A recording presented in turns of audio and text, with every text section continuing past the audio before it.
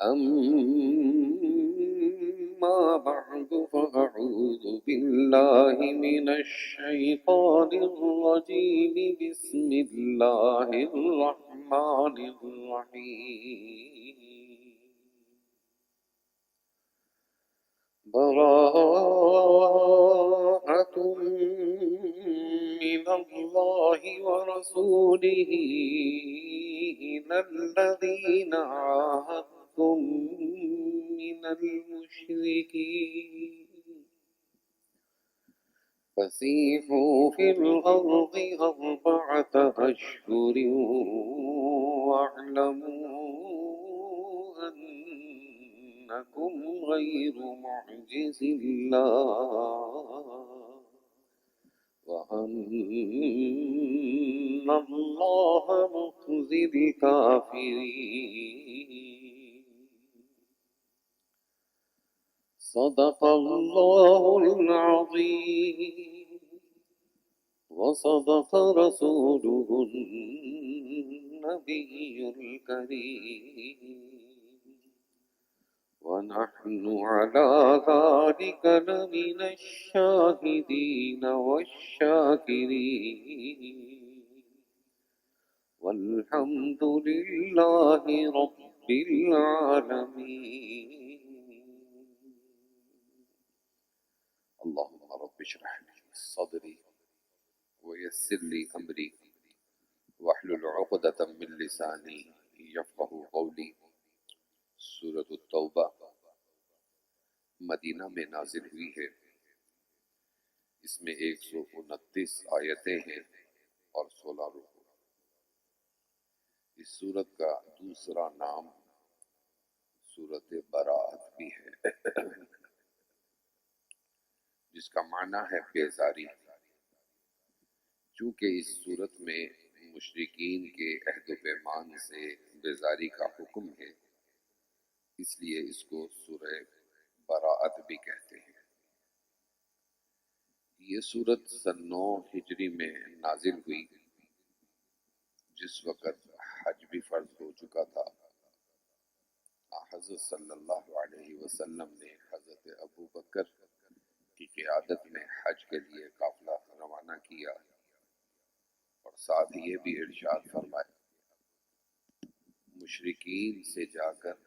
جو ہم نے ان سے عہد و پیمان کیا ہوا تھا ان سے کہ آج کے بعد ہم وہ عہد توڑتے ہیں. ان المشرکون نجس، کہ مشرکین یہ ناپاک ہیں. فلا یقربوا المسجد الحرام بعد عامهم هذا، اب کے بعد یہ مسجد حرام کے پاس نہیں آ سکتے. اس صورت توبہ کی بنیادی ہدف اور غرض دو باتیں ہیں. ان میں سے ایک تو مشرکین اور اہل کتاب کے ساتھ جہاد کے احکام کو بیان کرنا ہے، اور دوسرا غزوہ تبوک کے پس منظر میں اہل ایمان اور اہل نفاق یعنی منافقین کے درمیان فرق کو واضح کرنا ہے.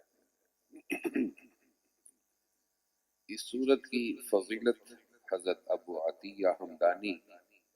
یہ فرماتے ہیں کہ حضرت عمر رضی اللہ تعالی عنہ نے ایک خط لکھا اور اس خط کے اندر یہ لکھا کہ تم اپنے مردوں کو سورہ براءت پڑھاؤ اور اپنی عورتوں کو سورہ نور کی تلاوت کرواؤ اور یاد کرواؤ. اور اس کی وجہ یہ لکھی کہ براءت کے اندر جہاد کا ذکر ہے جو کہ مردوں کا کام ہے، اور سورۃ نور کے اندر پردے کا ذکر ہے جو عورتوں کا کام ہے. یہ اس سورت کی فضیلت ہے. اور اس سورت کے اندر جو غزوہ تبوک جو سن 9 ہجری کے اندر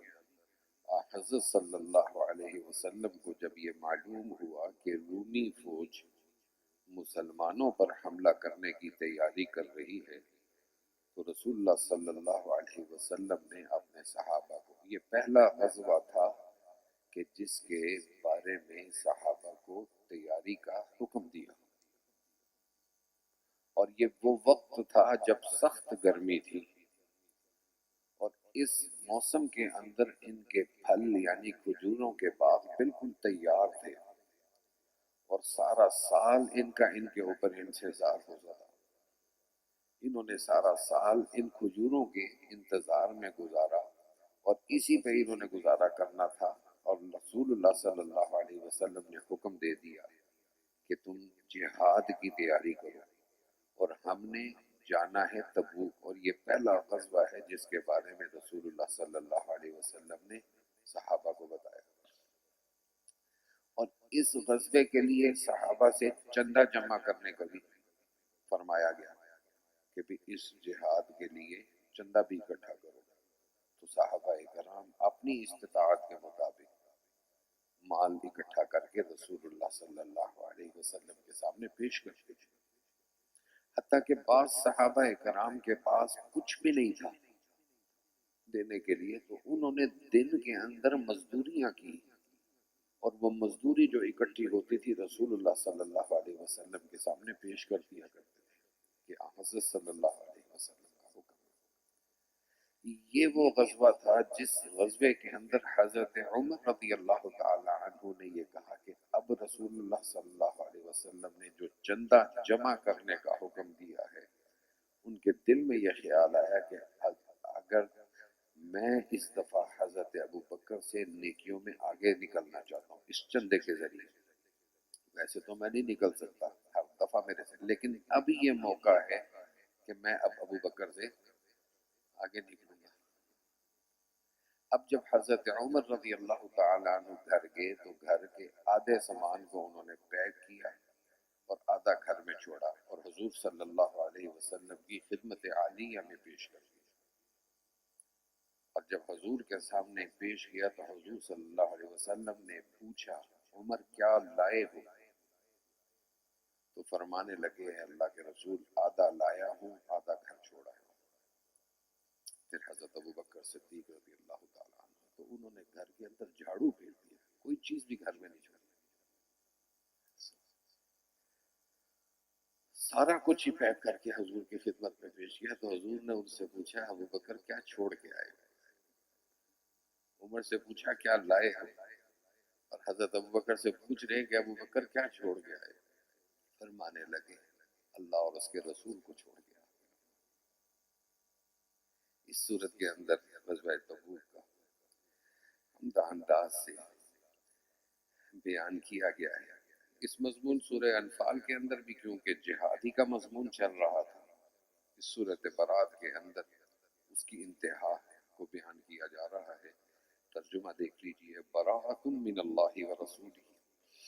اللہ کی طرف اور اس کے رسول کی طرف سے ان مشرکین کے عہد سے دست برداری ہے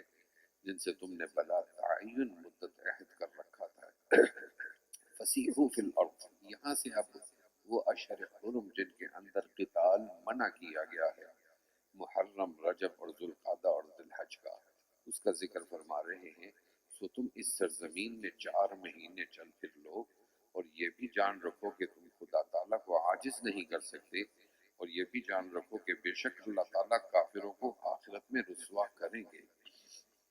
وَأَذَانٌ مِّنَ اللَّهِ وَرَسُولِهِ، اب یہاں پر جو حضرت ابو بکر کی معیت میں جس قافلے کو روانہ کیا تھا، اب پیچھے سے ایک روایت میں آتا ہے کہ یہ مکہ مکرمہ سے پہلے ایک جگہ کے اندر یہ قافلہ رک گیا. اب حضرت ابو بکر صبح کا ٹائم تھا، اذان ہوئی، اذان کے کلمات الصلاۃ خیر من النوم کے پڑھے گئے تو حضرت ابو بکر نماز پڑھانے کے لیے کھڑے ہوئے تو پیچھے ان کو اونٹنی کے قدموں کی آواز آئی، اور وہ اونٹنی کی آواز حضور صلی اللہ علیہ وسلم کی اونٹنی کی آواز تھی. تو حضرت ابو بکر نماز پڑھانے سے پہلے رک گئے. انہوں نے کہا شاید حضرت صلی اللہ علیہ وسلم تشریف لے آئے ہیں، اب اگر حضرت صلی اللہ علیہ وسلم تشریف لے آئے ہیں تو ان کے ہوتے ہوئے تو میں نماز نہیں پڑھاؤں گا. تو انتظار کرنے لگے تو دیکھا کہ حضرت علی رضی اللہ تعالی تو پوچھا کہ کیا آپ کو حج کا امیر مقرر کیا گیا؟ نہیں، فرمایا کہ نہیں، امیر آپ ہی ہیں، لیکن مجھے یہ بھیجا گیا ہے کہ مشرکین کے ساتھ جو عہد ہم نے توڑنا ہے اس کا اعلان میں کروں. اب اس کی وجہ کیا تھی کہ حضرت ابو بکر کیوں نہ کریں؟ اس کی وجہ یہ تھی کہ یا جو سردار خود جا کر اس عہد اور پیمان کو توڑے،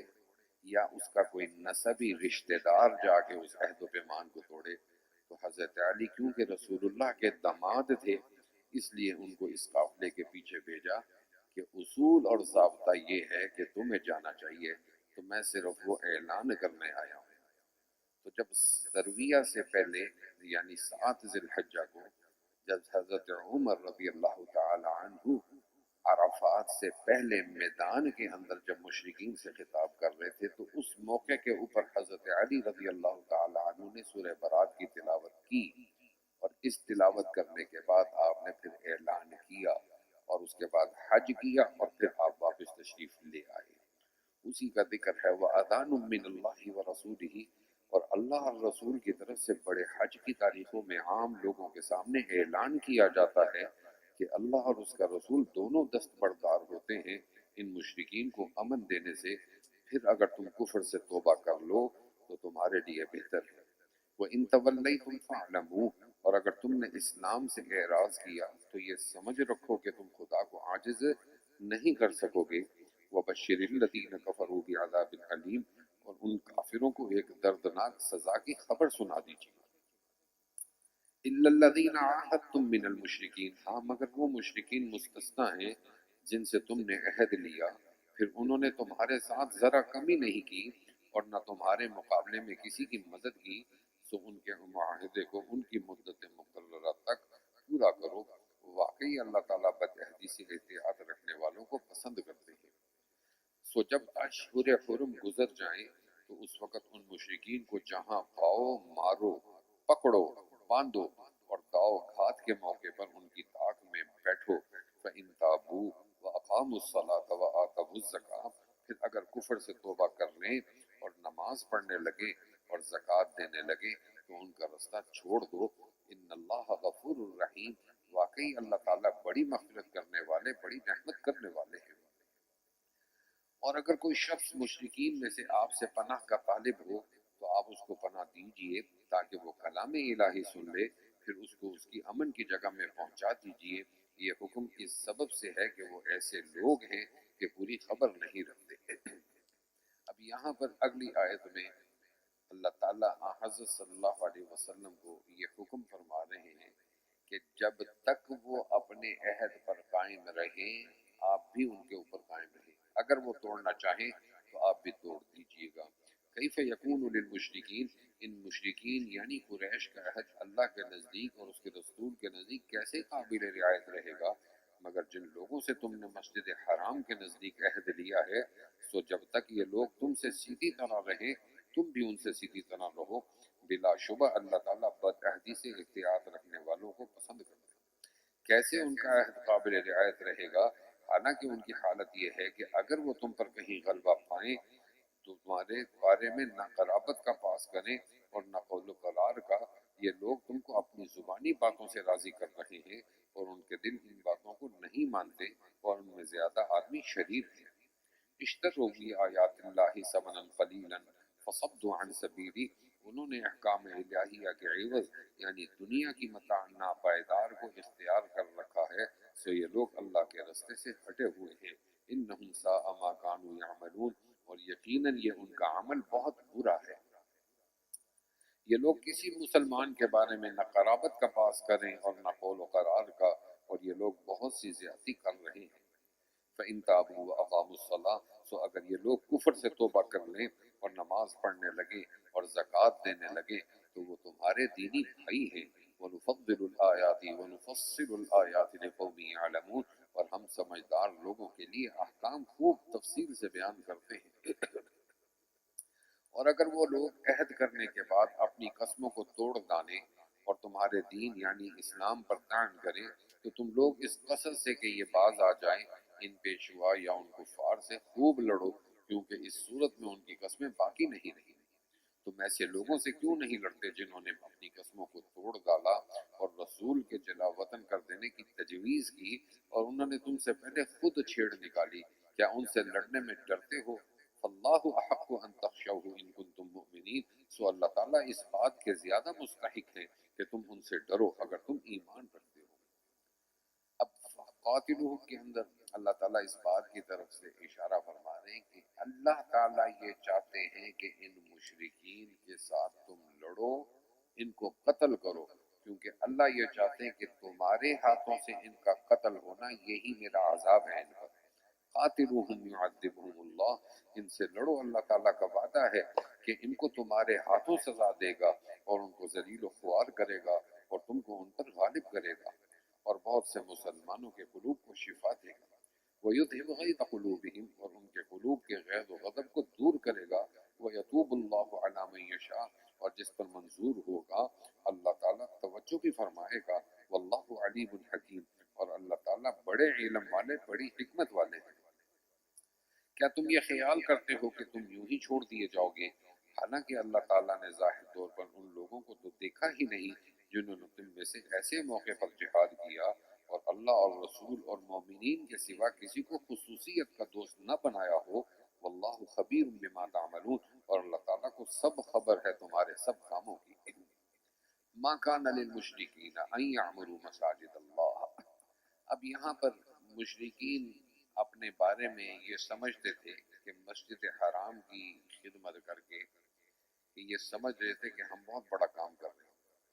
اس لیے نہ ہمیں ایمان لانے کی ضرورت ہے نہ اور کوئی کام کرنے کی ضرورت ہے۔ کیوں کہ جو مسجد حرام کے اندر حاجی آتے تھے ان کی خدمت ہم کرتے تھے، ان کو پانی پلایا کرتے تھے، تو ان کے ذہن میں یہ بات آئی کہ ہم کیونکہ ان حجاج کی اور مسجد کی خدمت کر رہے ہیں تو ہمیں ایمان لانے کی کوئی ضرورت نہیں۔ اللہ ان کی اس بات کو یہاں پر رد فرما رہے ہیں۔ اور مسجد کے اندر نماز پڑھنے والے کی ایک بڑی فضیلت بخاری شریف میں آئی ہے کہ اگر آپ دیکھو ایک شخص کو جو صبح بھی نماز کے لیے مسجد میں آتا ہے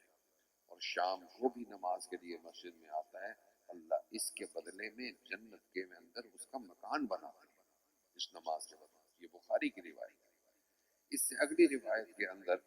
غزوہ بدر میں حضرت عباس قیدیوں کے ساتھ گرفتار ہو کر آئے۔ اب ادھر بدری صحابہ کرام جن کے بارے میں اللہ نے ایک یہ پروانہ دے دیا کہ رضی اللہ عنہم ورضوا عنہ، کہ اللہ تم سے راضی تم اللہ سے راضی، یہ پروانہ ان بدری صحابہ کو دیا۔ اور ادھر حضرت عباس قید ہو کر آئے، تو جب قیدی حضرت عباس بدری صحابہ کے سامنے گئے تو وہ کہنے لگے کہ تم کیا سمجھتے ہو کہ تم ہی اللہ کے نزدیک ہو؟ ہم بھی تو حاجیوں کو پانی پلاتے ہیں جب وہ آتے ہیں، ہم بھی ان کی خدمت کرتے ہیں، ہمیں بھی اللہ سے بڑی امید ہے کہ اللہ ہمیں اس کے بدلے میں بڑا اجر دے گا۔ اس کا ذکر کیا جا رہا ہے۔ ما کان للمشرکین، مشرکین کی یہ لیاقت ہی نہیں کہ وہ اللہ کی مسجدوں کو آباد کریں جس حالت میں کہ وہ خود اپنے اوپر کفر کی باتوں کا اقرار کر رہے ہیں۔ ان لوگوں کے سب اعمال اکارت ہیں اور دوزخ میں وہ لوگ ہمیشہ رہیں گے۔ ہاں اللہ کی مسجدوں کو آباد کرنا ان لوگوں کا کام ہے جو اللہ پر اور قیامت کے دن پر ایمان لائیں اور نماز کی پابندی کریں اور زکوٰۃ دیں اور بجز اللہ کے کسی سے نہ ڈریں، سو ایسے لوگوں کی نسبت توقع یعنی وعدہ ہے کہ اپنے مقصود تک پہنچ جائیں گے۔ اجعلتم سقایت الحاجی، کیا تم لوگوں نے حجاج کے پانی پلانے کو اور مسجد حرام کے آباد رکھنے کو اس شخص کی برابر قرار دے لیا جو کہ اللہ پر اور قیامت کے دن پر ایمان لایا ہو اور اس نے اللہ کی راہ میں جہاد کیا ہو؟ لا یستوون عند اللہ، یہ لوگ برابر نہیں اللہ کے نزدیک۔ واللہ لا یہدی القوم الظالمین، اور جو لوگ بے انصاف ہیں اللہ تعالیٰ ان کو سمجھ نہیں دیتے۔ جو لوگ ایمان لائے اور اللہ کے واسطے انہوں نے ترک وطن کیا اور اللہ کی راہ میں اپنی جان اور مال سے جہاد کیا، وہ درجے میں اللہ کے نزدیک بہت بڑے ہیں۔ وَأُولَٰئِكَ هُمُ الْفَائِزُونَ، اور یہی لوگ پورے کامیاب ہیں۔ یبشرہم ربہم، ان کا رب ان کو بشارت دیتا ہے اپنی طرف سے بڑی رحمت اور بڑی رضامندی اور جنت کے ایسے باغوں کی کہ ان کے لیے ان باغوں میں دائمی نعمت ہوگی، خالدین فیہا ابدا، اور ان میں یہ ہمیشہ ہمیشہ کو رہیں گے۔ ان اللہ عندہ اجر عظیم، بلا شبہ اللہ کے پاس بڑا اجر ہے۔ یا ایھا الذین آمنوا لا تتخذوا، اب اس آیت کے اندر اللہ تعالیٰ رسول اللہ صلی اللہ علیہ وسلم کو یہ حکم دے رہا ہے کہ آپ لوگوں کو حکم دیں کہ وہ ہجرت کے لیے جائیں۔ اب جب یہ لوگ ہجرت کے لیے مدینہ کی طرف جانے لگے تو ان کے جو باپ تھے یا ان کے جو بیٹے تھے یا ان کی بیویاں تھیں وہ ان سے چمٹ کر رونے لگے کہ آپ ہمیں چھوڑ کر نہ جاؤ۔ تو یہ جو لوگ ہجرت کے لیے آمادہ ہوئے تھے ان کے دل نرم پڑ گئے اور انہوں نے ہجرت کا ارادہ چھوڑ دیا۔ اس موقع کے اوپر اللہ تعالیٰ نے یہ آیات نازل فرمائی، اے ایمان والو اپنے باپوں کو اور اپنے بھائیوں کو اپنا رفیق مت بناؤ، اگر وہ لوگ کفر کو بمقابلہ ایمان کے ایسا عزیز رکھیں کہ ان کے ایمان لانے کی امید نہ رہے، اور جو شخص تم میں سے ان کے ساتھ رفاقت رکھے گا سو ایسے لوگ بڑے نافرمان ہیں۔ قل ان کان آباؤکم و ابناؤکم، آپ کہہ دیجئے کہ اگر تمہارے باپ اور تمہارے بیٹے اور تمہارے بھائی اور تمہاری بیویاں اور تمہارا کنبا اور وہ مال جو تم نے کمائے ہیں اور وہ تجارت جس میں نکاسی نہ ہو ہونے کا تم کو اندیشہ ہو، اور وہ گھر جن کو تم پسند کرتے ہو تم کو اللہ سے اور اس کے رسول سے اور اس کی راہ میں جہاد کرنے سے زیادہ پیارے ہوں، تو تم منتظر رہو حتی یأتی اللہ بامری، یہاں تک کہ اللہ تعالیٰ اپنے حکم یعنی سزائے ترک ہجرت واللہ لا یہدی القوم الفاسقین کا بھیج دیں، اور اللہ تعالیٰ بے حکمی کرنے والوں کو ان کے مقصود تک نہیں پہنچاتا۔ لقد نصرکم اللہ فی مواطن، اب یہاں سے غزوہ حنین کا مختصر ذکر یہ کیا جا رہا ہے کہ یہ غزوہ حنین فتح مکہ کے 2 ہفتے بعد یہ لڑائی ہوئی۔ حنین طائف اور مکہ کے درمیان میں ایک علاقہ ہے جس کو حنین بولتے ہیں۔ اب یہاں پر مسلمانوں کی تعداد 12,000 اور جن سے لڑائی ہے ان کی تعداد 4,000۔ اب مسلمان جب لڑنے کے لیے مشرکین کے ساتھ جانے لگے تو ان کے دل میں یہ خیال آیا ہم تو تعداد میں بہت زیادہ ہیں، تو اب ان کا ہمارے ساتھ مقابلہ کیا، یقیناً ہم ان کو شکست دیں گے۔ اب جب لڑائی ان کی آپس میں مشرکین کے ساتھ ہوئی تو شروع کے اندر تو مسلمانوں کو بظاہر فتح ہوئی مشرکین پر، اور مشرک وہاں سے بھاگے، تو جو مسلمان تھے یہ مال غنیمت کو اکٹھا کرنے کے لیے جمع ہوئے، تو وہ مشرک اور کافر واپس لوٹ کر آئے اور پھر ان مسلمانوں پر حملہ کیا، تو یہ مسلمان گڑمگائے، گھبرائے، ادھر ادھر گئے۔ تو اس وقتی طور کے اوپر مسلمانوں کو شکست ہوئی، تو رسول اللہ صلی اللہ علیہ وسلم اور چند صحابہ کرام جمع رہے۔ پھر رسول اللہ صلی اللہ علیہ وسلم نے اپنے صحابہ کو آواز دی، پھر یہ اکٹھے ہو کے ان مشرکین کے اوپر جمع ہوئے اور ان کے اوپر حملہ کیا اور ان کو شکست دی اور ان میں سے کافیوں کو گرفتار کیا۔ گرفتاری کے بعد ان کا پورا قبیلہ حنین والوں کا یہ بعد میں سارے کے سارے اسلام لے آئے۔ اللہ انہی کا ذکر اس میں فرما رہے ہیں، لقد نصرکم اللہ فی مواطن کثیرۃ ویوم حنین، تم کو خدائے تعالیٰ نے لڑائی کے بہت موقعوں میں کفار پر غلبہ دیا، اور حنین کے دن بھی جبکہ تم کو اپنے مجمع کی کثرت سے غرہ ہو گیا تھا، پھر وہ کثرت تمہارے لیے کچھ کارآمد نہ ہوئی اور تم پر زمین باوجود اپنی فراخی کے تنگی کرنے لگی، پھر آخر تم پیٹھ دے کر بھاگ کھڑے ہوئے۔ ثم انزل اللہ سکینہ، اس کے بعد اللہ تعالیٰ نے اپنے رسول کے قلب پر اور دوسرے مومنین کے قلوب پر اپنی طرف سے تسلی نازل فرمائی اور مدد کے لیے ایسے لشکر نازل فرمائے جن کو تم نے نہیں دیکھا۔ وَذَلِكَ جَزَاءُ الْكَافِرِينَ، اور کافروں کو سزا دی، اور یہ کافروں کی دنیا میں سزا ہے۔ ثم یتوب اللہ، پھر اس کے بعد خدا تعالیٰ جس کو چاہیں توبہ نصیب کر دیں، اور اللہ تعالیٰ بڑی مغفرت کرنے والی، بڑی رحمت کرنے والے ہیں۔ یہ وہ آیت ہے جو عہد کا توڑنے کی سبب بنا۔ یا ایھا الذین آمنوا انما المشرکون نجس، اے ایمان والو مشرک لوگ بوجہ عقائد خبیثہ نرے ناپاک ہیں، سو یہ لوگ اس سال کے بعد مسجد حرام کے پاس نہ آنے پائیں۔ وَإِنْ خِفْتُمْ عَائِلَةً، اگر تم کو مفلسی کا اندیشہ ہو تو تم خدا پر توکل رکھو، خدا تم کو اپنے فضل سے اگر چاہے گا ان کا محتاج نہ رکھے گا۔ ان اللہ علیم حکیم، بے شک اللہ تعالیٰ خوب جاننے والا ہے، بڑا حکمت والا ہے۔ اہل کتاب جو کہ نہ خدا پر پورا پورا ایمان رکھتے ہیں اور نہ قیامت کے دن پر، اور نہ ان چیزوں کو حرام سمجھتے ہیں جن کو خدا تعالیٰ نے اور اس کے رسول نے حرام بتلایا ہے، اور نہ سچے دین اسلام کو قبول کرتے ہیں، ان سے یہاں تک کہ لڑو کہ وہ ماتحت ہو کر اور رعیت بن کر جزیہ دینا منظور کریں۔ وقالت الیہود عزیر ابن اللہ، یہ مضمون ہمارا 3 سپارے میں گزر چکا ہے، اور یہود میں سے بعض نے کہا کہ عزیر خدا کے بیٹے ہیں، اور نصارہ میں سے اکثر نے کہا کہ مسیح خدا کے بیٹے ہیں، یہ ان کا قول ہے، ان کے منہ سے کہنے کا۔ یہ بھی ان لوگوں کی سی باتیں کرنے لگے جو ان سے پہلے کافر ہو چکے ہیں۔ خدا ان کو غارت کرے، یہ کدھر الٹے جا رہے ہیں۔ اتخذوا احبارهم، یہاں پر اس آیت کے بارے میں جب یہ آیت نازل ہوئی تو عدی بن حاتم نے عرض کیا کہ یا رسول اللہ، نصارہ نے تو اپنے احبار اور رہبان یعنی اپنے علماء کو تو خدا بنایا نہیں، تو رب نے ایسا کیوں کہا؟ تو رسول اللہ صلی اللہ علیہ وسلم نے جواب دیا کہ یہ اپنے علماء کی اطاعت اس طرح کرتے ہیں گویا کہ خدا کی اطاعت کرتے ہیں۔ اپنے علماء اور مشائخ کو انہوں نے خدا کے ساتھ شریک ٹھہرا دیا، گویا کہ یہ اللہ تعالیٰ ہی کی طرح ان کو بھی عبادت کرتے ہیں۔ جو وہ یہ کہتے ہیں ان کی بات ایسا نہیں ہونا چاہیے۔ اسی کے بارے میں اللہ فرما رہے ہیں انہوں نے خدا کو چھوڑ کر اپنے علماء اور مشائخ کو باعتبار طاعت کے رب بنا رکھا ہے، اور مسیح ابن مریم کو بھی، حالانکہ ان کو صرف یہ حکم کیا گیا ہے کہ فقط ایک معبود پر حق کی عبادت کریں جس کے سوا کوئی لائق عبادت نہیں، سبحانہ عما یشرکون، وہ ان کے شرک سے پاک ہے۔ وہ لوگ یوں چاہتے ہیں کہ اللہ کے نور یعنی دین اسلام کو اپنے منہ سے بجھا دیں، حالانکہ اللہ تعالیٰ بدون اس کے کہ وہ اپنے نور کو کمال تک پہنچا دے مانے گا نہیں۔ وہ کافر لوگ کیسے ہی ناخوش ہوں۔ هو الذی ارسل رسولہ بالہدی، چنانچہ وہ اللہ ایسا ہے کہ اس نے اپنے رسول کو ہدایت کا سامان یعنی قرآن اور سچا دین دے کر بھیجا تاکہ اس کو تمام بقیہ دنوں پر غالب کر دے۔ وہ مشرک کیسے ہی ناخوش ہوں۔ یا ایھا الذین آمنوا ان کثیرا من الاحبار، اے ایمان والو اکثر احبار اور رہبان لوگوں کے مال نامشروع طریقے سے کھاتے ہیں اور اللہ کی راہ سے پھانس رکھتے ہیں۔ والذین یکنزون الذھب، اور غایت حرص سے جو لوگ سونا چاندی جمع کر کے رکھتے ہیں اور ان کو اللہ کی راہ میں خرچ نہیں کرتے، سو آپ ان کو بڑی دردناک سزا کی خبر سنا دیجیے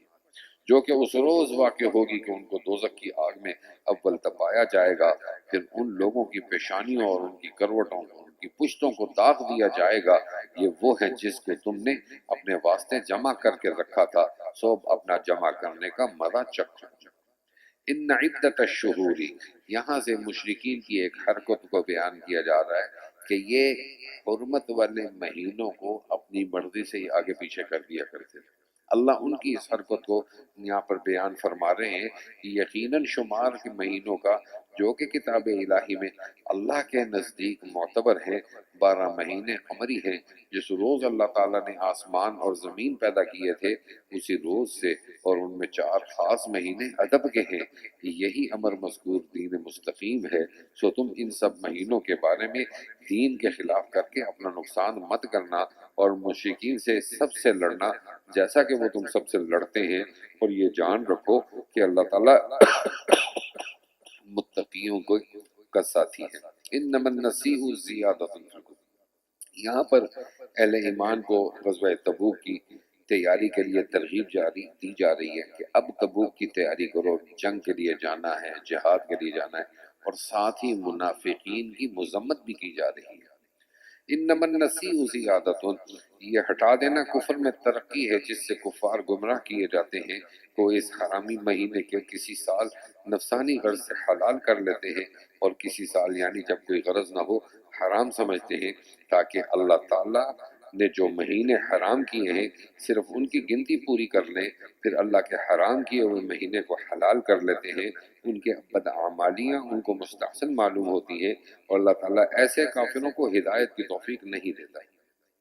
اے ایمان والو، تم لوگوں کو کیا ہوا کہ جب تم سے کہا جاتا ہے کہ اللہ کی راہ میں جہاد کے لیے نکلو تو تم زمین کو لگے جاتے ہو؟ کیا تم نے آخرت کی عوض دنیاوی زندگی کا برکنار کر لی؟ سو دنیاوی زندگی کا تمتع تو آخرت کے مقابلے میں کچھ بھی نہیں، بہت قلیل ہے۔ الا تنفروا يعذبكم عذابا علیما، اگر تم نہ نکلو گے تو اللہ تعالیٰ تم کو سخت سزا دے گا، یعنی تم کو ہلاک کر دے گا اور تمہارے بدلے دوسری قوم پیدا کر دے گا اور ان سے اپنا کام لے گا، اور تم اللہ کے دین کو کچھ ضرر نہ پہنچا سکو گے، واللہ کو ہر چیز پر پوری قدرت ہے۔ الا تنصروه فقد نصرہ اللہ، اگر تم رسول اللہ صلی اللہ علیہ وسلم کی مدد نہ کرو گے تو اللہ تعالیٰ آپ کی مدد اس وقت کر چکا ہے جبکہ آپ کو کافروں نے جلا وطن کر دیا تھا، جبکہ دو آدمیوں میں ایک آپ تھے جس وقت کے دونوں غار میں تھے، جبکہ آپ اپنے ہمراہی سے فرما رہے تھے لا تحزن ان اللہ معنا، کہ تم کچھ غم نہ کرو، یقیناً اللہ تعالیٰ ہمارے ہمراہ ہے۔ فَأَنزَلَ اللَّهُ سَكِينَتَهُ، سو اللہ تعالیٰ نے آپ کے قلب پر اپنی تسلی نازل فرمائی اور آپ کے ایسے لشکروں سے قوت دی جن کو تم لوگوں نے نہیں دیکھا، اور اللہ تعالیٰ نے کافروں کی بات اور تدبیر نیچی کر دی کہ وہ ناکام رہے، اور اللہ ہی کا بول بالا رہا۔ واللہ عزیز حکیم، اور اللہ زبردست ہے، حکمت والا ہے۔ انفروا خفافا وثقالا، نکل پڑو خواہ تھوڑے سامان سے ہو اور خواہ زیادہ سامان سے ہو، اور اللہ کی راہ میں اپنے مال اور جان سے جہاد کرو۔ ذالکم خیر لکم ان کنتم تعلمون، یہ تمہارے لیے بہتر ہے اگر تم یقین رکھتے ہو، تو دیر مت کرو۔ اب یہاں سے منافقین کی مذمت کے ساتھ ساتھ جو لوگ غزوہ تبوک میں پیچھے رہنے کو پسند کرتے تھے اور غزوہ پر جانے کو مشکل سمجھتے تھے، ان کے بارے میں اللہ تعالیٰ یہاں پر ذکر فرما رہے ہیں۔ اور پھر وہ 3 صحابہ کرام جو غزوہ تبوک میں صرف اس وجہ سے پیچھے رہ گئے کہ ان کو سوائے سستی کے اور کچھ بھی کام نہیں، کیونکہ ان کے پاس گھوڑے بھی تھے، مال بھی تھا، بس وہ یہ کہتے کہ کل نکل جائیں گے، کل نکل جائیں گے، کل نکل جائیں گے، یہ کل کل کرتے یہاں تک کہ یہ خبر آ گئی کہ رسول اللہ صلی اللہ علیہ وسلم واپس تشریف لا رہے ہیں۔ یہ کل 10 صحابہ تھے، ان میں سے 3 صحابہ کرام یہ حضرات بھی تھے جن کا آگے ذکر آئے گا، وہاں میں پھر تفصیلی آپ سے ان کے بارے میں بیان کروں گا۔ لو کان عارضا قریبا وسفرا، اگر کچھ لگتے ہاتھ ملنے والا ہوتا اور سفر بھی معمولی سا ہوتا تو یہ منافق لوگ ضرور آپ کے ساتھ ہو لیتے، لیکن ان کو تو مسافت ہی دور دراز معلوم ہونے لگی، اور ابھی خدا کی قسم کھا جائیں گے کہ اگر ہمارے پاس کی بات ہوتی تو ضرور ہم تمہارے ساتھ چلتے، یہ لوگ جھوٹ بول بول کر اپنے آپ کو تباہ کر رہے ہیں، اور اللہ جانتا ہے کہ یہ لوگ یقیناً جھوٹے ہیں۔ عفا اللہ عنہ، اب یہاں سے اللہ تعالیٰ ان لوگوں کے بارے میں بیان کر رہے ہیں کہ جو لوگ غزوہ تبوک کے موقع پر آپ سے اجازت طلب کریں گے تو آپ انہیں اجازت نہ دیجیے، لیکن رسول اللہ صلی اللہ علیہ وسلم نے ان کو اجازت حضرت اللہ تعالیٰ کی اطلاع سے پہلے، یعنی وحی آنے سے پہلے ہی ان کو اجازت دے دی اور معافی بھی دے دی۔ تو حضور صلی اللہ علیہ وسلم کو یہ سمجھایا جا رہا ہے ان لوگوں کا، یعنی منافقین کے بارے میں، کہ اس وقت تک ان کو اجازت مت دو جب تک آپ ان کے بارے میں خوب تحقیق نہ کر لو کہ یہ منافق ہے یا اہل ایمان ہے۔ اس کے بارے میں اللہ یہاں فرما رہے ہیں عفا اللہ عنک، اللہ تعالیٰ نے آپ کو معاف یعنی تو کر دیا، لیکن آپ نے ان کو ایسی جلدی اجازت کیوں دے دی تھی کہ جب تک آپ کے سامنے سچے لوگ ظاہر نہ ہو جاتے اور جھوٹوں کو معلوم نہ کر لیتے۔ جو لوگ اللہ پر اور قیامت کے دن پر ایمان رکھتے ہیں وہ اپنے مال اور جان سے جہاد کرنے کے بارے میں آپ سے رخصت نہ مانگیں گے، بلکہ وہ حکم کے ساتھ دوڑ پڑیں گے، اور اللہ تعالیٰ ان متقیوں کو خوب جانتا ہے۔ البتہ وہ لوگ جہاد میں نہ جانے کی آپ سے رخصت مانگتے ہیں جو اللہ پر اور قیامت کے دن پر ایمان نہیں رکھتے، اور ان کے دل شک میں پڑے ہیں، سو وہ اپنے شکوک میں پڑے ہوئے حیران ہیں۔ اور اگر وہ لوگ غزوے میں چلنے کا ارادہ کرتے تو اس کا کچھ سامان تو درست کرتے، لیکن خیر ہوئی اللہ تعالیٰ نے ان کے جانے کو پسند نہیں کیا، اس لیے ان کو توفیق نہیں دی، اور بحکم تکوینی یوں کہہ دیا گیا کہ اپاہج لوگوں کا ساتھ تم بھی یہاں ہی کھڑے رہو۔ اگر یہ لوگ تمہارے ساتھ شامل ہو جاتے تو سوائے اس کے کہ اور دگنا فساد کرتے، اور کیا ہوتا اور تمہارے درمیان فتنہ پردازی کے فکر میں دوڑے دوڑے پھرتے، اور اب بھی تم میں ان کے کچھ جاسوس موجود ہیں۔ واللہ علیم بالظالمین، اور اللہ ان ظالموں کو خوب سمجھے گا۔ لقد ابتغوا الفتنہ، اب یہاں سے ان منافقین جو صرف غزوہ تبوک میں پیچھے نہیں رہے بلکہ اور غزوات میں بھی بہانہ بنا کر پیچھے رہے، اللہ ان کا ذکر فرما رہے ہیں۔ انہوں نے تو پہلے بھی فتنہ پردازی کی فکر کی تھی اور آپ کے لیے کارروائیوں کی الٹ پھیر کرتے رہے، یہاں تک کہ سچا وعدہ آ گیا، اور اس کا آنا یہ کہ اللہ کا حکم غالب رہا اور ان کو ناگوار ہی گزرتا رہا۔ وَمِنْهُمْ مَن يَقُولُ، اب یہاں سے ایک منافق جس کا نام جد بن قیس تھا اس کا ذکر ہے۔ وہ اپنے ساتھیوں کو لے کر حضور صلی اللہ علیہ وسلم کی خدمت میں آیا اور عرض کرنے لگا کہ آپ نے ہمیں یہ حکم دیا ہے کہ آپ جہاد کے لیے تبوک میں چلیں، اور لڑائی ہماری رومیوں کے ساتھ ہے۔ اب جب رومیوں کے ساتھ ہم لڑنے جائیں گے تو وہاں پر رومیوں کی عورتیں بھی آئیں گی، اور رومیوں کی جو عورتیں وہ بڑی خوبصورت ہیں، ان کو دیکھ کر میں کسی فتنے میں مبتلا نہ ہو جاؤں، تو اس لیے میں اس لڑائی میں نہیں جانا چاہتا۔ اس کے بارے میں اللہ یہاں پر فرما رہے ہیں وَمِنْهُمْ مَنْ يَقُولُ اُذَن لِّي وَلَا تَفْتِنِّي، اور منافقین متخلفین میں بعض شخص وہ ہے جو کہتا ہے کہ مجھ کو اجازت دے دیجئے اور مجھ کو خرابی میں نہ ڈالیے۔ خوب سمجھ لو یہ لوگ خرابی میں تو پڑ ہی چکے ہیں، اور یقیناً دوزخ یعنی آخرت میں ان کافروں کو گھیرے گی، اور اگر آپ کو کوئی اچھی حالت پیش آتی ہے تو وہ ان کے لیے موجب غم ہوتی ہے، اور اگر آپ پر کوئی حادثہ آ پڑتا ہے تو خوش ہو کر کہتے ہیں کہ ہم نے تو اسی لیے پہلے سے اپنا احتیاط کا پہلو اختیار کر لیا تھا، اور وہ خوش ہوتے ہوئے چلے جاتے ہیں۔ کل نہیں یصیبنا الا ما کتب اللہ لنا، آپ فرما دیجئے ہم پر کوئی حادثہ نہیں پڑ سکتا مگر وہی جو اللہ تعالیٰ نے ہمارے لیے مقدر فرمایا ہے۔ وعلی اللہ فلیتوکل المؤمنون، وہ ہمارا مالک ہے، اور اللہ کے تو سب مسلمانوں کو اپنے سب کام سپرد رکھنے چاہیے۔ قل هل تربصون بنا الا احد الحسنین، اب یہاں پر جو منافقین پیچھے رہ گئے مسلمانوں کو یہ کہتے تھے کہ دیکھو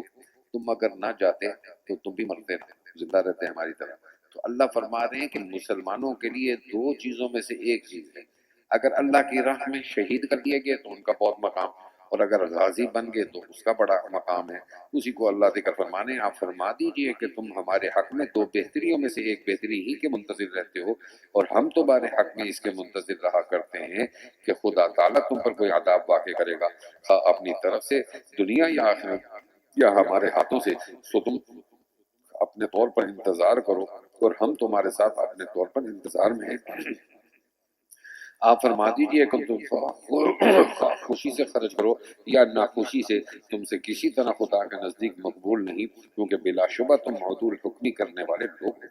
اور ان کی خیر خیرات قبول ہونے سے اور کوئی چیز بجز اس کے معنی نہیں کہ انہوں نے اللہ کے ساتھ اور اس کے رسول کے ساتھ کفر کیا، اور وہ لوگ نماز نہیں پڑھتے مگر ہمارے جی سے، اور خرچ نہیں کرتے مگر ناگواری کے ساتھ۔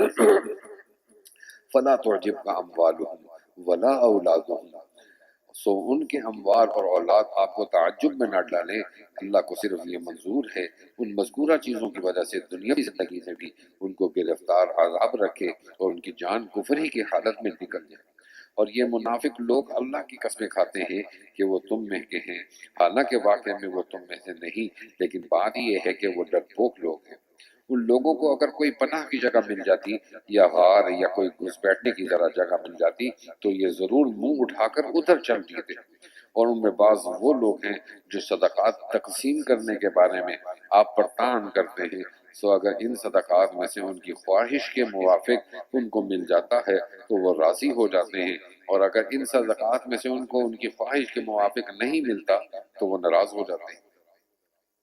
اور ان کے لیے بہتر ہوتا اگر وہ لوگ اس پر راضی رہتے جو کچھ ان کو اللہ نے اور اس کے رسول نے دیا تھا، اور یوں کہتے کہ ہم کو اللہ کافی ہے، آئندہ اللہ تعالیٰ اپنے فضل سے ہم کو اور دے گا، انا الی اللہ راغبون، اور اس کے ضرور دیں گے، ہم اول سے اللہ ہی کی طرف راغب ہیں۔ انما الصدقات، یہاں سے اب زکوٰۃ کے مصارف کا بیان کیا جا رہا ہے کہ زکوٰۃ ان لوگوں کو دینی چاہیے۔ ان میں سے ایک چیز نکل گئی ہے، وہ ہے مؤلفۃ القلوب، کہ پیسے دے کر کسی کو ایمان کے لیے مسلمان کرنا۔ اب کسی کو پیسہ دے کر ایمان کی طرف لانے کی ترغیب نہیں دینی چاہیے، کیونکہ دین ہمارا اب موجود ہے، ہر چیز موجود ہے۔ انما الصدقات للفقراء،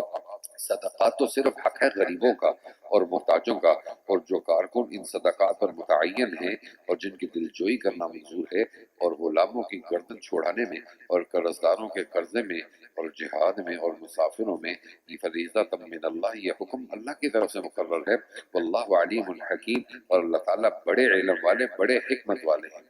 اب یہاں سے منافقین کی مختلف قسم کی تکلیفوں کے بارے میں بتایا جا رہا ہے کہ وہ آپ کو ہر بات کان دے دے کر سنتے تھے، اس کے بارے میں اللہ ذکر فرمانے ان منافقین میں سے بعض ایسے ہیں کہ نبی کو ایذائیں پہنچاتے ہیں اور کہتے ہیں کہ آپ ہر بات کان دے کر سن لیتے ہیں، آپ فرما دیجئے کہ وہ نبی کان دے کر تو وہی بات سنتے ہیں جو تمہارے حق میں خیر ہی خیر ہے، کہ وہ اللہ پر ایمان لاتے ہیں اور مومنین کا یقین کرتے ہیں، اور آپ ان لوگوں کے حال پر مہربانی فرماتے ہیں جو تم میں ایمان کا اظہار کرتے ہیں، اور جو لوگ رسول اللہ کو ایذائیں پہنچاتے ہیں ان لوگوں کے لیے دردناک سزا ہوگی۔ یہ لوگ تمہارے سامنے اللہ کی جھوٹی قسمیں کھاتے ہیں تاکہ تم کو راضی کر لیں، جس میں مال و جان محفوظ رہے، حالانکہ اللہ اور اس کا رسول زیادہ حق رکھتے ہیں کہ اگر یہ لوگ سچے مسلمان ہیں تو اس کو راضی کریں۔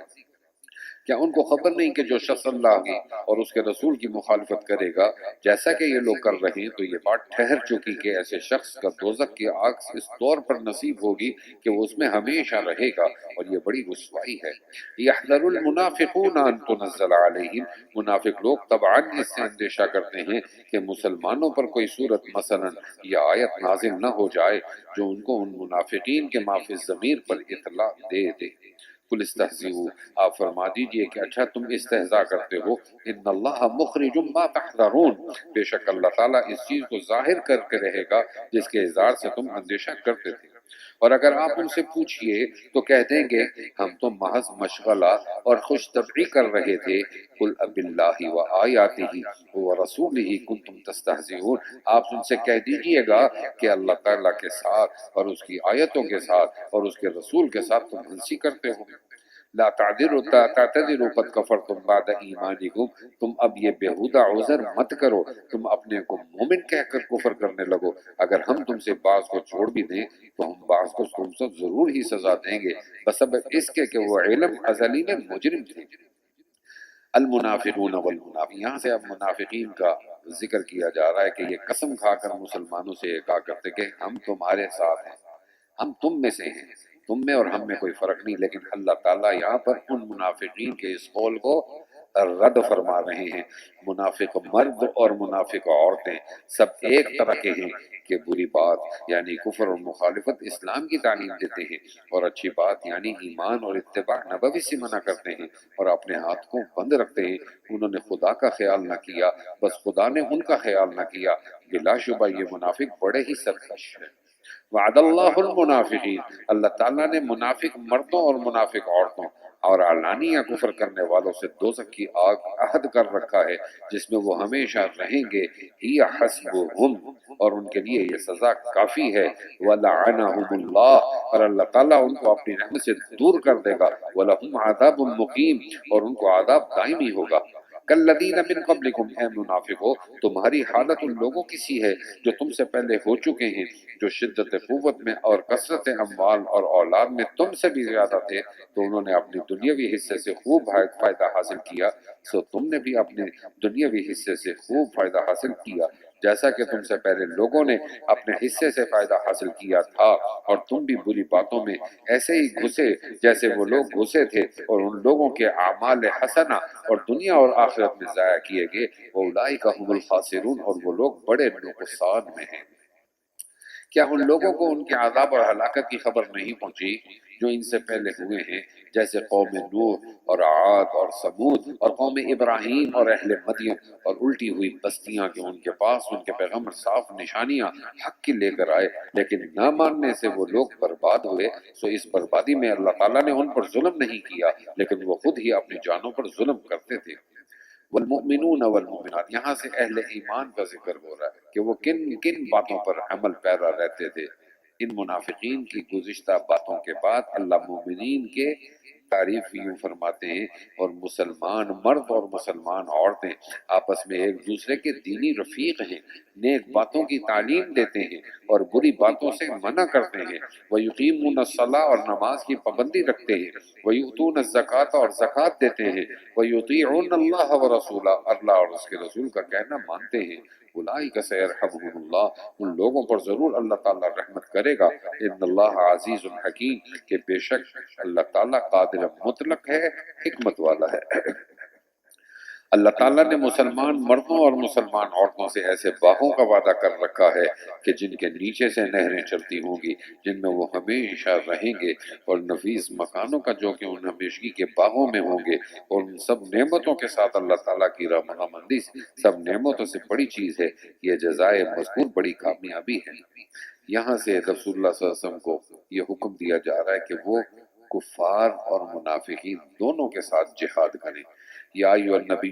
جاہد الکفار والمنافقین، اے نبی کفار سے باللسان اور منافقین سے باللسان جہاد کیجیے اور ان پر سختی کیجیے دنیا میں، تو یہ اس کے مستحق ہیں، اور آخرت میں ان کا ٹھکانہ دوزخ ہے اور وہ بری جگہ ہے۔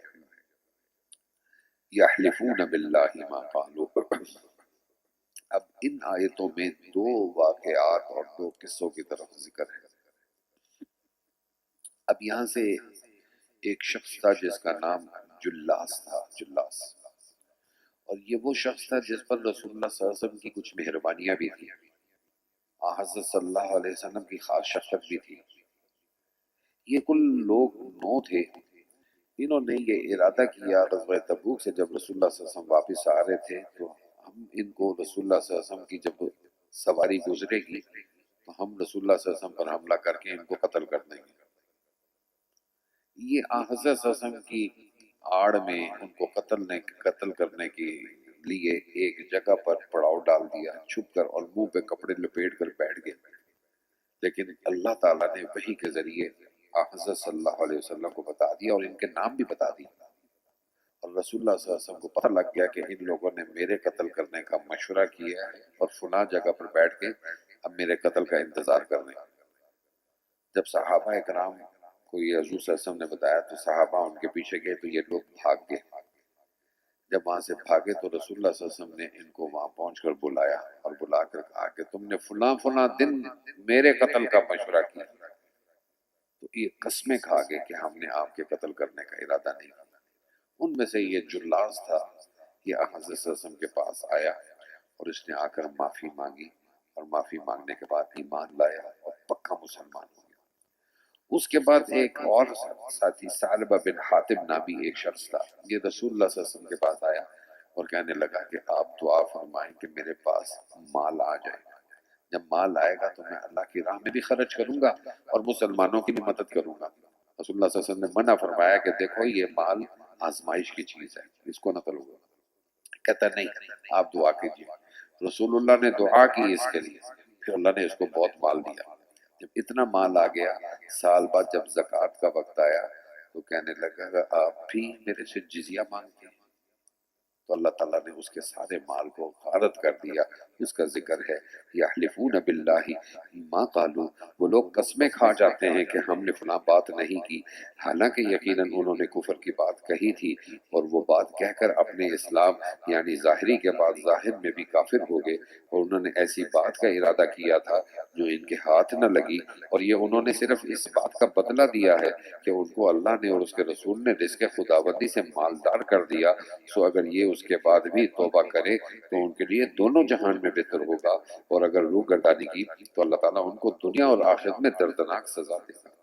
ان کا دنیا میں نہ کوئی یار ہے اور نہ مددگار، اور ان منافقین میں بعض آدمی ایسے ہیں کہ خدا تعالیٰ سے عہد کرتے ہیں کہ اگر اللہ تعالیٰ ہم کو اپنے فضل سے بہت سا مال عطا فرما دے تو ہم خوب خیرات کریں اور ہم اس کے ذریعے سے خوب نیک کام کیا کریں۔ سو جب اللہ تعالیٰ نے ان کو اپنے فضل سے بہت سا مال دے دیا تو وہ اس بخل کرنے لگے کہ زکوٰۃ نہ دی اور اطاعت سے روگردانی کرنے لگے، تو وہ روگردانی کے پہلے ہی سے آتی ہیں، سو اللہ تعالیٰ نے ان کی سزا میں ان کے دلوں میں نفاق قائم کر دیا جو خدا کے پاس جانے کے دن تک رہے گا، اس سبب سے کہ انہوں نے خدا تعالیٰ سے اپنے وعدے میں خلاف کیا، اور اس سبب سے کہ وہ اس وعدے میں شروع ہی سے جھوٹ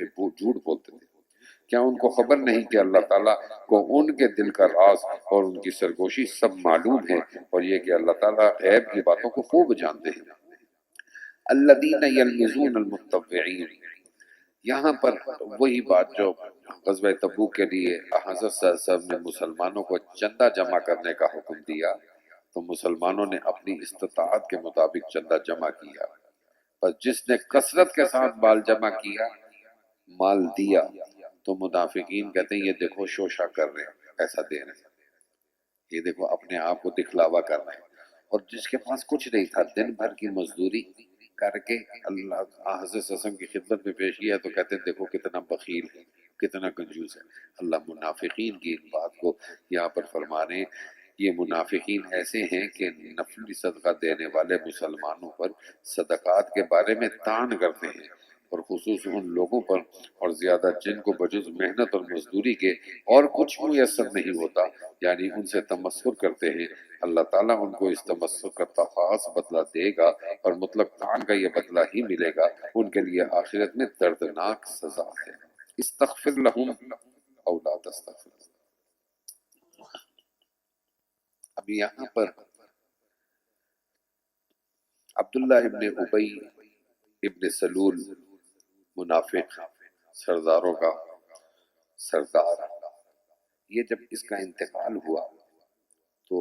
ان کا ایک بیٹے حضرت عبداللہ جو پکے سچے مسلمان تھے،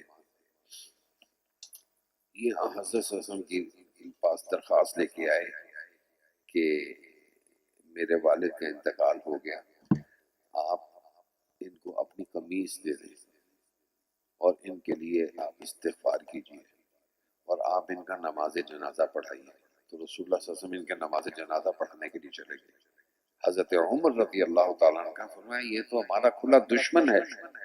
آپ نے فرمایا جب تک اللہ نے مجھے منع نہیں کیا میں تو اس کے لیے دعا اور استغفار کروں گا،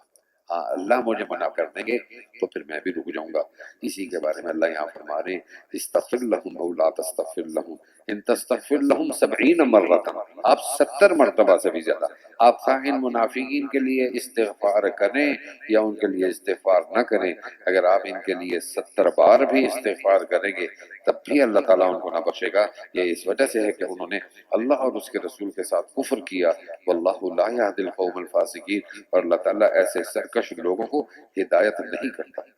یہ پیچھے رہ جانے والے، یہاں سے فرح المخلفون ان لوگوں کا ذکر کیا جا رہا ہے جو جہاد میں پیچھے رہ گئے تھے غزوہ تبوک میں۔ یہ پیچھے رہ جانے والے خوش ہو گئے رسول اللہ کے جانے کے بعد اپنے بیٹھنے رہنے پر، اور ان کو اللہ کی راہ میں اپنے مال اور جان کے ساتھ جہاد کرنا ناگوار ہوا، اور دوسروں کو بھی کہنے لگے کہ تم گرمی میں مت نکلو، آپ کہہ دیجئے کہ جہنم کی آگ اس سے بھی زیادہ گرم ہے، کیا خوب ہوتا اگر وہ سمجھتے۔ فَلْيَضْحَكُوا قَلِيلًا، سو تھوڑے دنوں دنیا میں ہنس لیں اور بہت دنوں آخرت میں روتے رہیں گے ان کے کاموں کے بدلے میں جو کچھ کفر اور نفاق اور خلاف کیا کرتے تھے۔ تو اگر خدا تعالیٰ آپ کو اس سفر سے مدینہ کو صحیح سالم ان کے کسی گروہ کی طرف واپس لائے، پھر یہ لوگ کسی جہاد میں چلنے کی اجازت مانگیں، تو آپ یوں کہہ دیجئے کہ تم کبھی بھی میرے ساتھ نہ چلو گے اور نہ میرے ہمراہ ہو کر کسی دشمن یعنی دین سے لڑو گے۔ تم نے پہلے بھی بیٹھے رہنے کو پسند کیا تھا تو ان لوگوں کے ساتھ بیٹھے رہو جو پیچھے رہ جانے کے لائق ہی ہیں۔ وَلَا تُصَلِّ، اور ان میں کوئی مر جائے تو اس کے جنازے پر کبھی نماز نہ پڑھیے اور نہ دفن کے لیے اس کی قبر پر کھڑے ہوئے، کیونکہ انہوں نے اللہ اور اس کے رسول کے ساتھ کفر کیا اور وہ حالت کفر ہی میں مرے ہیں۔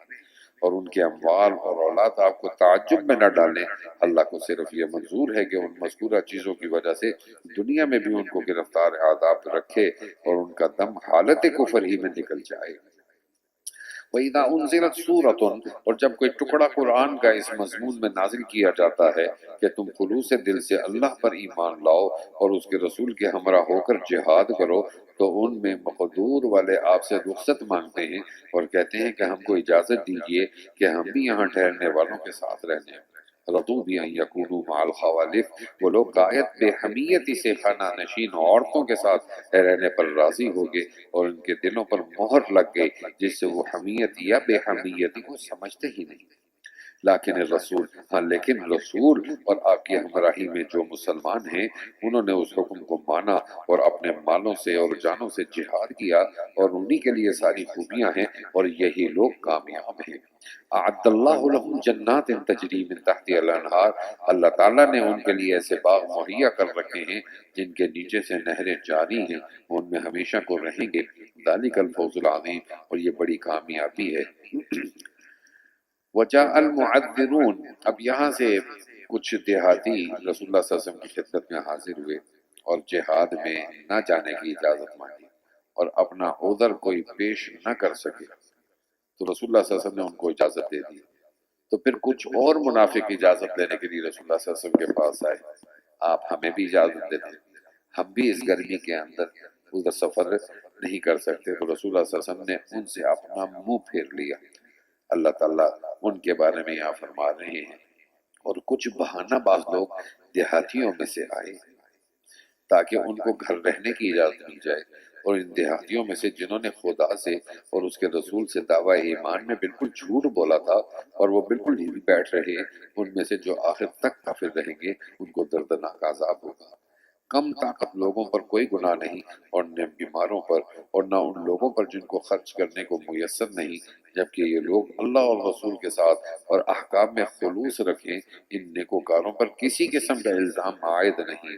واللہ غفور الرحیم، اور اللہ تعالیٰ بڑی مغفرت والے، بڑی رحمت والے ہیں۔ اور نہ ان لوگوں پر کوئی گناہ اور الزام ہے کہ جس وقت وہ آپ کے پاس اس واسطے آتے ہیں کہ آپ ان کو کوئی سواری دے دیں، اور آپ ان سے کہہ دیتے ہیں کہ میرے پاس تو کوئی چیز نہیں جس پر میں تم کو سوار کر دوں، تو وہ ناکام اس حالت سے واپس چلے جاتے ہیں کہ ان کے آنکھوں سے آنسو رواں ہوتے ہیں، اس سے غم میں کہ افسوس ان کو خرچ کرنے کو کچھ بھی میسر نہیں۔ بس الزام اور مواخذہ تو صرف ان لوگوں پر ہے جو باوجود اہل سامان وقت ہونے کے گھر رہنے کی اجازت چاہتے ہیں۔ وہ لوگ غایت بے حمیتی سے خانہ نشین عورتوں کے ساتھ رہنے پر راضی ہو گئے، اور اللہ تعالیٰ نے ان کے دلوں پر مہر کر دی جس سے وہ گناہ اور ثواب کو جانتے ہی نہیں۔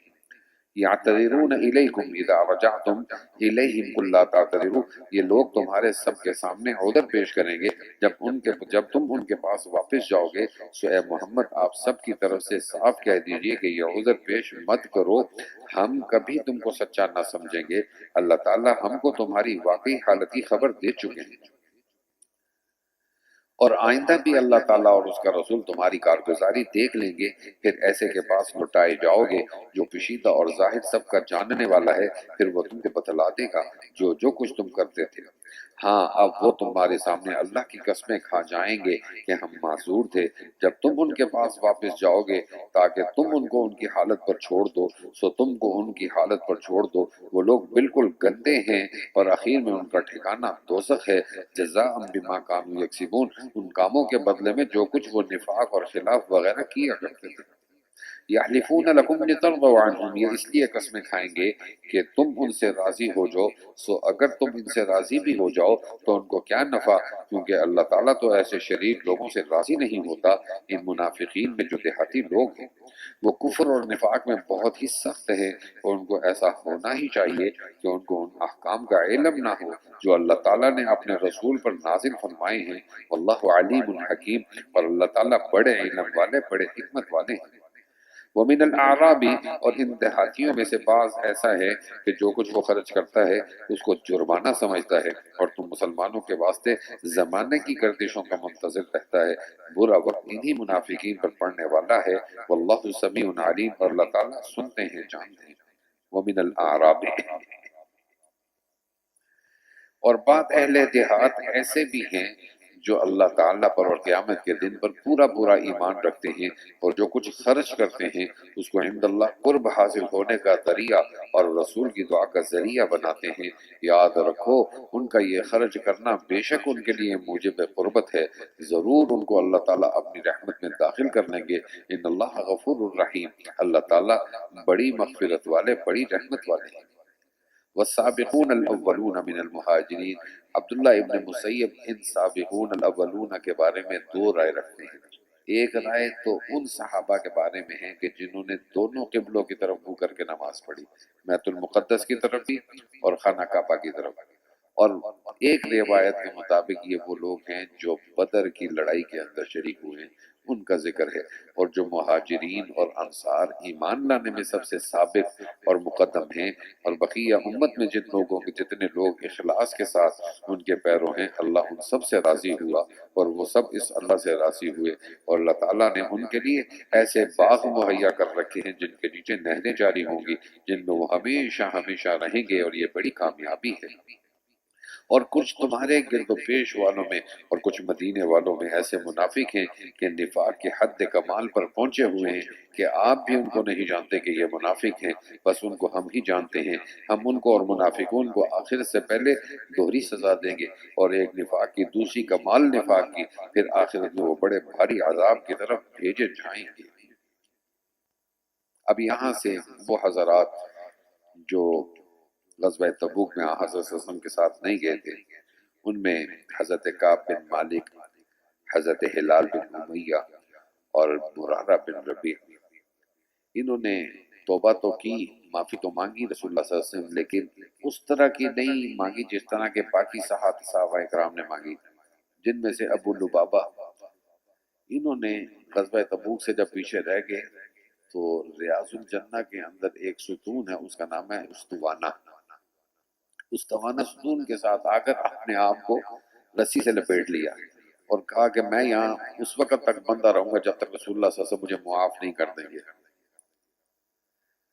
اور باقی لوگ، یہ جو تین صحابہ کرام جن میں حضرت کعب بن مالک، حضرت ہلال اور حضرت مرارہ بن ربیع، یہ کہتے ہیں اب جو لوگ حضور پیچھے غزوہ تبوک میں پیچھے رہ گئے وہ حضرت صلی اللہ علیہ وسلم کے پاس آتے اور اپنا عذر بتاتے، کوئی جھوٹ بولتا، کوئی کیا بہانہ بناتا، اور حضور صلی اللہ علیہ وسلم ان کو معاف کرتے اور وہ چلے جاتے۔ کہتے ہیں ہم جب رسول اللہ کے سامنے گئے، ہم ان لوگوں سے زیادہ بات بھی کر سکتے، فصاحت کے اندر بھی، بلاغت کے اندر بھی، بہانے بھی ایسے، لیکن ہم نے جا کر کوئی ایسا بہانہ نہیں مارا، اور ہم نے خاموشی سے کہا سوائے سستی کے اور کوئی وجہ نہیں تھی۔ تو رسول اللہ صلی اللہ علیہ وسلم نے کہا کہ انتظار کرو جب تک اللہ کی طرف سے تمہارے بارے میں کوئی فیصلہ نہ آئے۔ تو 50 دن تک ان لوگوں کے اوپر یہ زمین تنگ ہو گئی تھی، حتیٰ کہ ان کے گھر کی بیویاں اور ان کے بچے بھی ان سے باتیں نہیں کرتے تھے، رسول اللہ صلی اللہ علیہ وسلم نے منع کر دیا۔ کہتے ہیں ہم مسجد نبوی میں آتے تھے تو صحابہ سلام کا جواب نہیں دیتے تھے، کیونکہ رسول اللہ نے منع کیا تھا ان سے سلام بھی نہیں کرنا بعد میں۔ کہتے ہیں ہم اپنی آنکھیں چرا چرا کر دیکھتے تھے کہ رسول اللہ ہمیں دیکھتے ہیں کہ نہیں، رسول اللہ صلی اللہ علیہ وسلم بھی نہیں دیکھتے۔ کہتے ہیں ایک وقت ایسا آیا کہ ہم نے یہ چاہا کہ اب ہم پر موت آ جائے، اب مر جائیں، گھر والے بھی بات نہیں کر رہے، صحابہ بھی بات نہیں کر رہے، اس سے بڑھ کے رسول اللہ صلی اللہ علیہ وسلم ہم سے بات نہیں کر رہے، اور اللہ کی طرف سے توبہ نہیں آ رہی، قبول نہیں ہو رہی، کریں کیا؟ تو کہتے ہیں صبح کا وقت تھا، ایک صحابی روتے ہوئے آئے اور آواز دی کہ آپ تمہاری توبہ اللہ نے قبول کر لی۔ اور کہتے ہیں پھر اس کے بعد جو میرے پاس تھا میں نے اس کو خوشی میں دے دیا، اور پھر ہم رسول اللہ صلی اللہ علیہ وسلم کی مجلس میں آئے تو پھر صحابہ سارے ہمیں مبارکباد دینے لگے۔ وعلی الثلاثة الذین خلفوا، اگلے 2 رکوع کے بعد اس آیت کا ذکر آئے گا۔ اب یہاں پر دیکھ لیجئے وآخرون اعترفوا بذنوبہم خلطوا عملا صالحا، اور کچھ اور لوگ ہیں جو اپنی خطا کے مقر ہو گئے، جنہوں نے ملے جلے عمل کیے تھے، کچھ بھلے اور کچھ برے، سو اللہ سے امید ہے کہ ان کے حال پر رحمت کے ساتھ توجہ فرمائیں، یعنی توبہ قبول کرنے۔ بلا شبہ اللہ تعالیٰ بڑی مغفرت والے، بڑی رحمت والے ہیں۔ خذ من اموالہم صدقۃ تطہرہم، آپ ان کے مالوں میں سے صدقہ جس کو یہ لائے ہیں لے لیجئے، جس کے لینے کے ذریعے آپ ان کو گناہ کے آثار سے پاک صاف کر دیں۔ ان صلاتک سکن لہم، اور ان کے لیے دعا کیجئے، بلا شبہ آپ کی دعا ان کے لیے موجب اطمینان اور قلب ہے، اور اللہ تعالیٰ ان کے اعتراف کو خوب سنتے ہیں اور ان کی ندامت کو خوب جانتے ہیں۔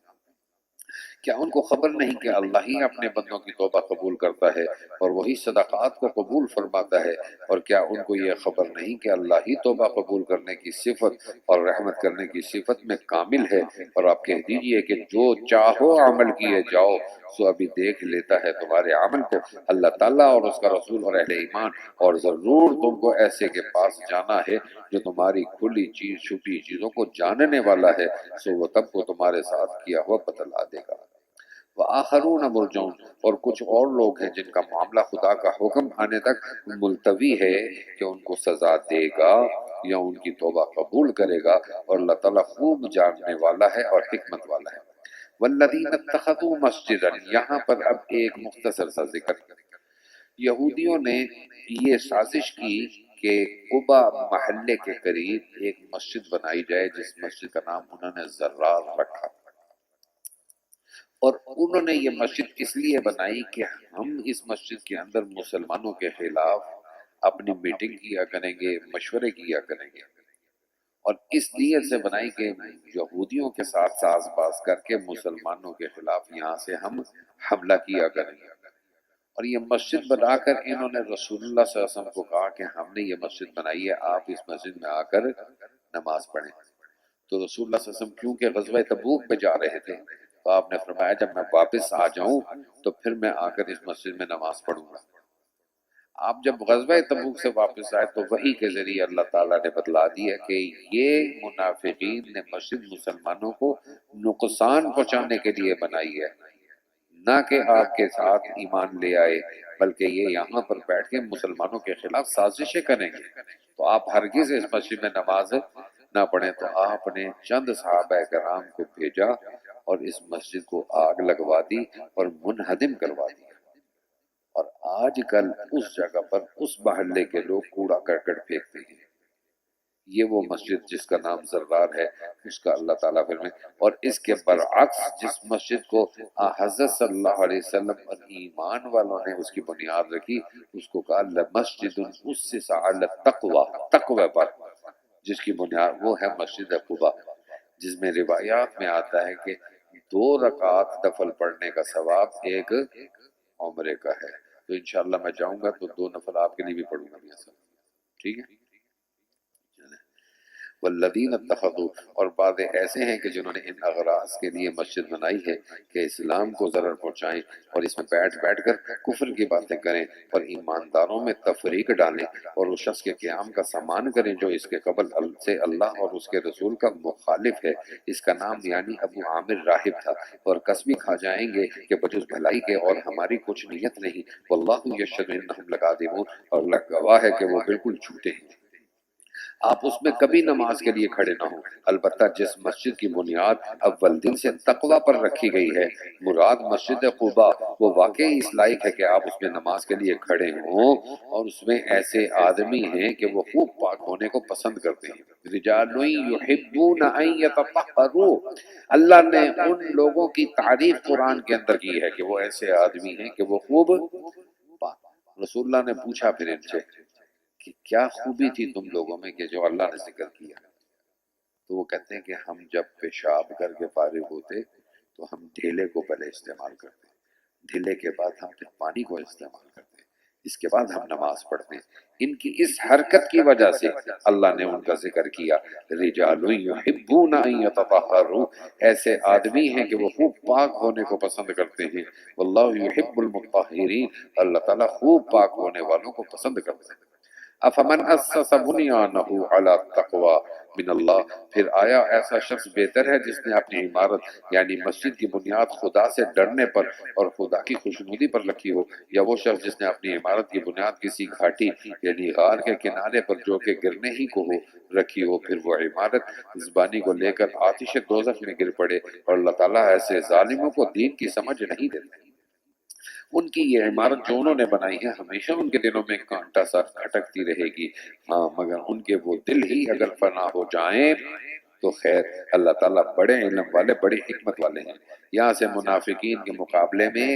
ایمان والے جو مخلص ہیں، اللہ تعالیٰ ان کا ذکر اور ان کی صفات کو ذکر فرماتے ہوئے فرما رہے ہیں بلا شبہ اللہ تعالیٰ نے مسلمانوں سے ان کی جانوں کو اور ان کے مالوں کو اس بات کے عوض میں خرید لیا ہے کہ ان کو جنت ملے گی۔ وہ لوگ اللہ کی راہ میں لڑتے ہیں، جس میں قتل کرتے ہیں اور قتل کیے جاتے ہیں، اس پر سچا وعدہ کیا گیا ہے تورات میں بھی اور انجیل میں بھی اور قرآن میں بھی، اور یہ مسلم ہے کہ اللہ سے زیادہ اپنے عہد کو کون پورا کرنے والا ہے۔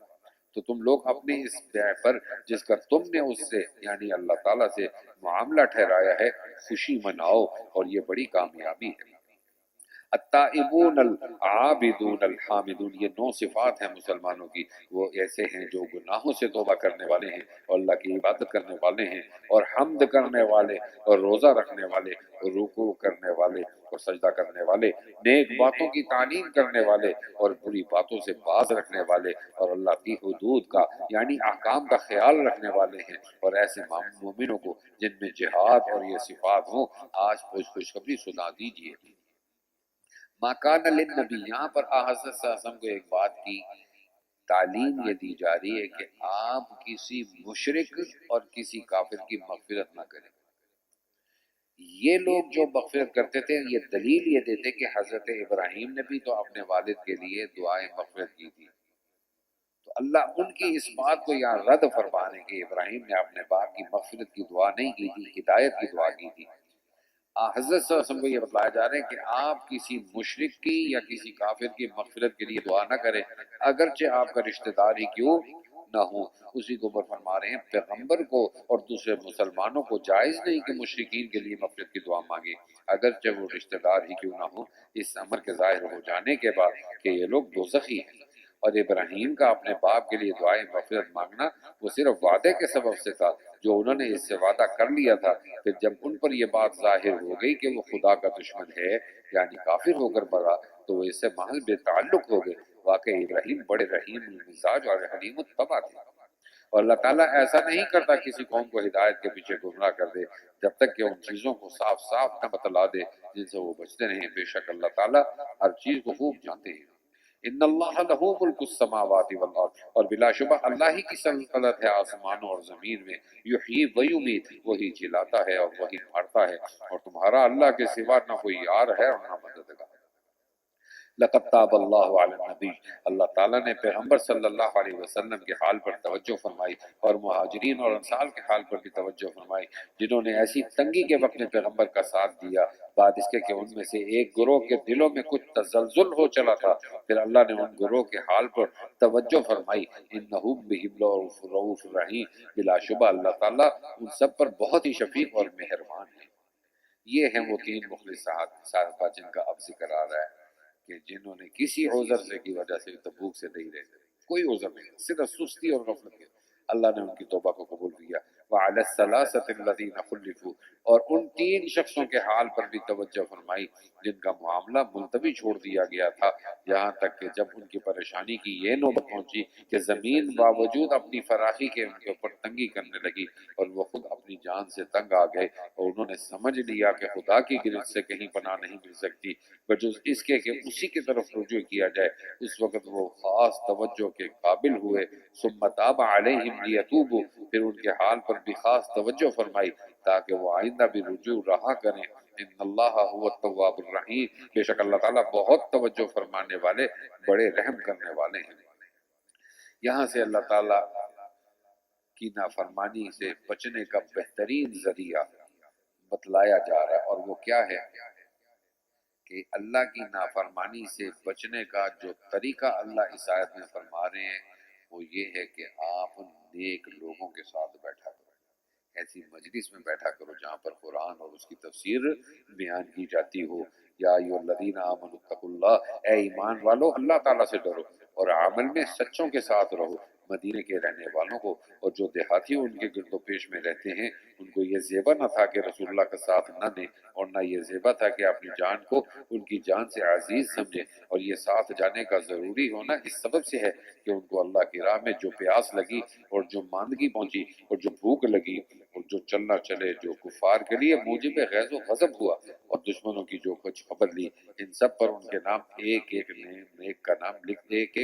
نیک کا نام کام لکھا گیا۔ یقیناً اللہ تعالیٰ مخلصین کا اجر ضائع نہیں کرتے۔ اور نیز جو کچھ چھوٹا بڑا انہوں نے خرچ کیا اور جتنے میدان ان کو طے کرنے پڑے یہ سب بھی ان کے نام نیکیوں میں لکھا گیا تاکہ اللہ تعالیٰ ان کو ان کے سب کاموں کو اچھے سے اچھا بدلہ دے۔ اور ہمیشہ کے لیے مسلمانوں کو یہ بھی نہ چاہیے کہ جہاد کے واسطے سب کے سب ہی نکل کھڑے ہوں، سو ایسا کیوں نہ کیا جائے کہ ان کی ہر بڑی جماعت میں سے ایک ایک چھوٹی جماعت یعنی جہاد میں جایا کرے تاکہ یہ باقی ماندہ لوگ دین کی سمجھ بوجھ حاصل کرتے رہیں، اور تاکہ یہ لوگ اپنی اس قوم کو جب کہ وہ ان کے پاس واپس آئیں ڈرائیں تاکہ ان سے دین کی باتیں سن کر برے کاموں سے احتیاط رکھیں۔